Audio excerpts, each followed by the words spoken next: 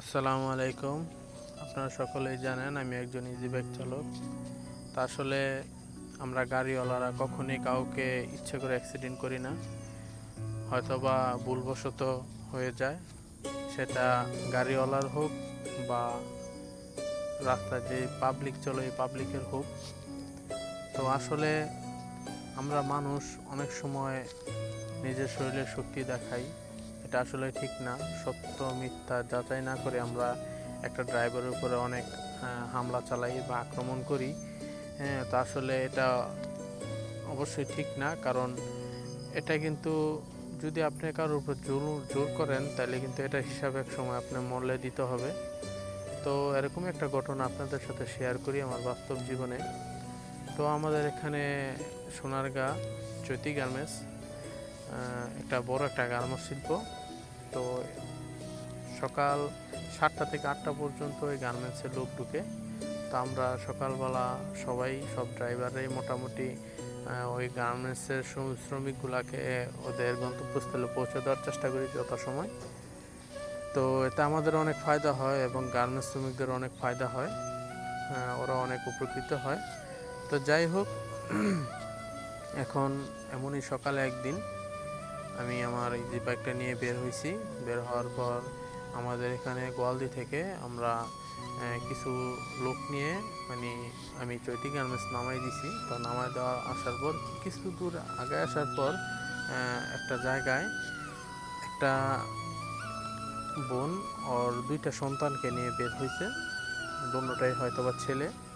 তো এর ভিতরে একটা ছেলে মোটামুটি 7 বছর আর আরেকটা ছেলের বয়স মোটামুটি হয়তোবা 6 থেকে 7 মাস হবে। তো যাই হোক, আমি গাড়িটা নিয়ে আসতেছিলাম, আস্তে আস্তেই চালাই আসতেছিলাম, কারণ আমাদের এখানে অনেক ভাড়াটিয়া থাকে। তো ওদের অনেক ছোট ছোট বাচ্চা থাকে, যার কারণে খুবই কেয়ারফুলিভাবে গাড়ি চালাতে হয়। তো আমি খুবই আস্তে আস্তে আসতেছিলাম। তো ওই সময়ে রাস্তাটা খুবই ব্যস্ত থাকে। তো ব্যস্ত থাকার পরও আমি খুবই আস্তে আস্তে আসতেছিলাম, কারণ আমি সবসময় আস্তে আস্তে গাড়ি চালাই, যাতে নিজেরও কোনো ক্ষতি না হয় আর আমার দ্বারাতে যাতে অন্য কারো কোনো ক্ষতি না হয়। তো যাই হোক, এরকম গাড়ি চালাতে চালাতে আমি হঠাৎ করে দেখলাম যে একটা বাচ্চা হাঁটতেছে আমার ডান পাশ দিয়ে হাইটা যাইতেছে। তো ওর মা পিছনে আসছিল। তো এই বাচ্চারা কী করলো, হঠাৎ করে ডাইনেও তাকালো না বামও তাকালো না, কারণ সে তো বাচ্চা মানুষ, সে বোঝে না। তো সে কী করলো, মানে খুব দ্রুত একটা দৌড় দিল আমার গাড়ির সামনে দিয়ে। তো খুব দ্রুত দৌড় দেওয়ার ফলে আমি কি করলাম, সাথে সাথে হার্ট ব্রেক করছি। হ্যাঁ, কারণ একটা বাচ্চা গাড়ির সামনে দিয়ে দৌড় দিছে, এটা অ্যাক্সিডেন্ট হওয়ার সম্ভাবনা থাকে, এটা অটোমেটিক আমাদের শরীর কাজ করে। তো আমি খুব দ্রুত হার্ট ব্রেক করছি। হার্ট ব্রেক করার পর কোনো কাজ হয় নাই, কারণ ওই বাচ্চাটা তার মার হাত ছেড়ে হঠাৎ করে দৌড় দিছে, কি দেখে দৌড় দিছে আল্লাহ পাক জানে। তো ওই বাচ্চাটা আমার গাড়ির সামনে থেকে হঠাৎ করে দৌড় দিছে। তো যে কোনো ড্রাইভার সে যতই চেষ্টা করুক, মানে গাড়ি হার্ট ব্রেক করলেও সে রাখতে পারবে না, কারণ অ্যাক্সিডেন্ট যদি হবার হয় সেটা হয়ে যাবে। তো আমি হার্ট ব্রেক করছি, হার্ট ব্রেক করার পরও ওই বাচ্চাটা যে দৌড় দিছে, দৌড় দেওয়ার পর আমার গাড়ির সামনে এসে সে বাড়ি খেয়ে পড়ে গেছে।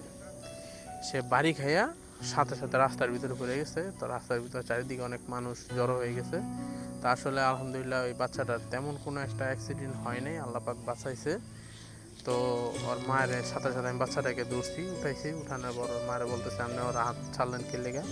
হ্যাঁ, তো ওর মা ওরা বকতেছে যে তুই আমার হাত ছেড়ে দৌড় দিলি কি লেগে। তো আসলে এখন বাচ্চারা তেমন কিছু হয় নাই দেখা আমার তেমন কিছু বলে নেই।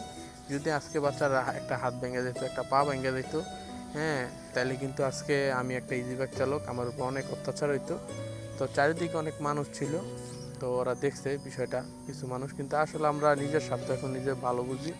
হ্যাঁ, যে যার কাজে ব্যস্ত, তো কেউ আগে আসে নাই। তারপরও আমি মোটামুটি বাচ্চাটাকে মার কাছে বুঝাই দিয়া একটু নিচে বুঝে দিয়ে আসছি। তো এরকম আমরা কখনোই কোনো ইজি বাইক চালক বা কোনো গাড়ির ড্রাইভার আমরা কাউকে ইচ্ছাকৃতভাবে অ্যাক্সিডেন্ট করি না। আপনারা অবশ্যই এরকম রাস্তাঘাটে কোনো দুর্ঘটনা ঘটলে অবশ্যই সেটা যাচাই করবেন যে দোষটা ড্রাইভারের না প্যাসেঞ্জারের না পাবলিকের। তো তো আসলে যাচাই না করে কারোর উপরে জুলুম করবেন না, এতে আল্লাহ পাক হয়তো বা আপনাদের উপর নারাজ হবে। তো অবশ্যই চেষ্টা করবেন রাস্তাঘাটে কোনো সমস্যা হলে এটা সঠিক সমাধান করার। তো সবাই ভালো থাকবেন। আসসালামু আলাইকুম।